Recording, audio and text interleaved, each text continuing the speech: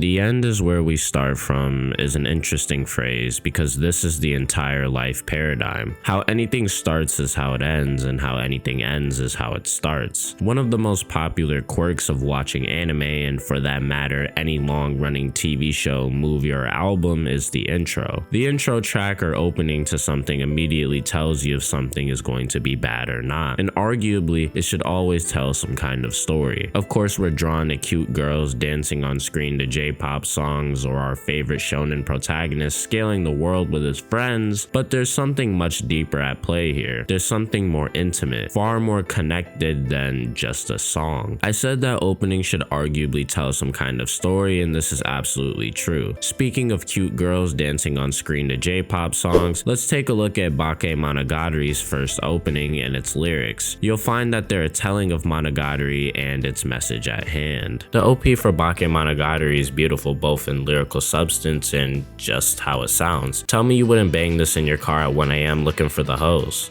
No, alright. Maybe no, alright. Nah, okay. I still have time to make it. Better to withdraw now before I misunderstood you more. The opening lines of the song are indicative of what's to come in Monogatari. You're probably sick of hearing about the hedgehog's dilemma, but it is extremely apparent in the best works of all time. Hanekawa and Nadeko both suffer from what the lyrics state. They misunderstand Araragi's need to help others and fall in love with him later in the story, or technically before for Hanekawa, but whatever.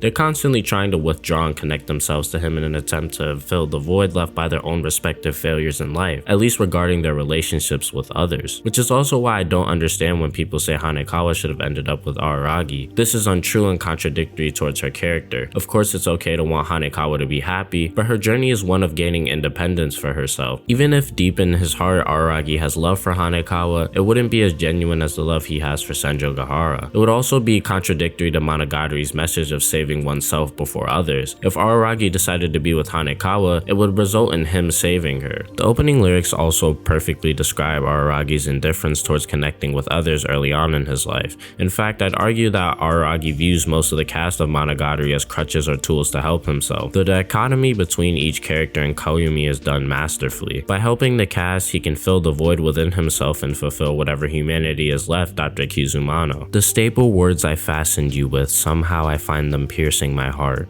It hurts. It's all your fault. Don't come near me, not when I'm like this.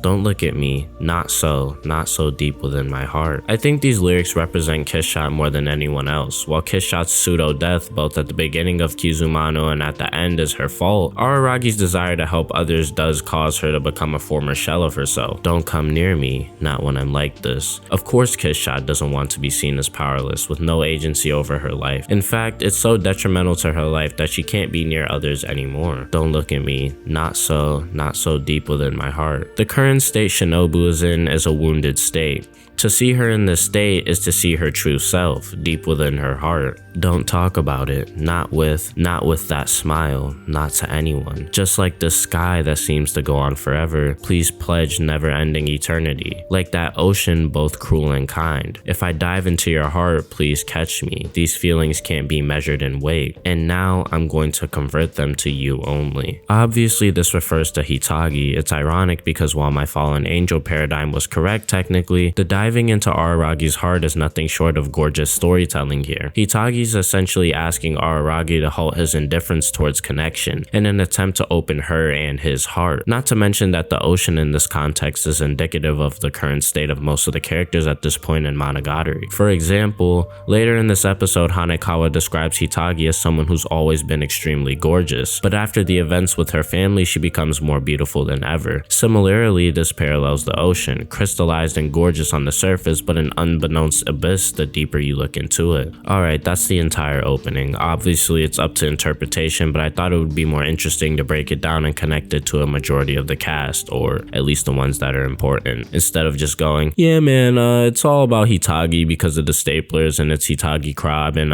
yeah, Hitagi, yeah, Hitagi, yeah. Thanks for watching. Smack that bell button, like button, and subscribe to me. I think I'm going to end up making making this a series. Every week I'll be doing a video on an anime opening and my thoughts and interpretations on said opening, and how it connects to the story's main ideas and themes as well as the character structure and journey. This doesn't mean I'll be making all series analysis videos, but I do want to, you know, add something with more substance to my catalog than, you know, something that's a meme or a fucking joke to me. Until next time, y'all, peace.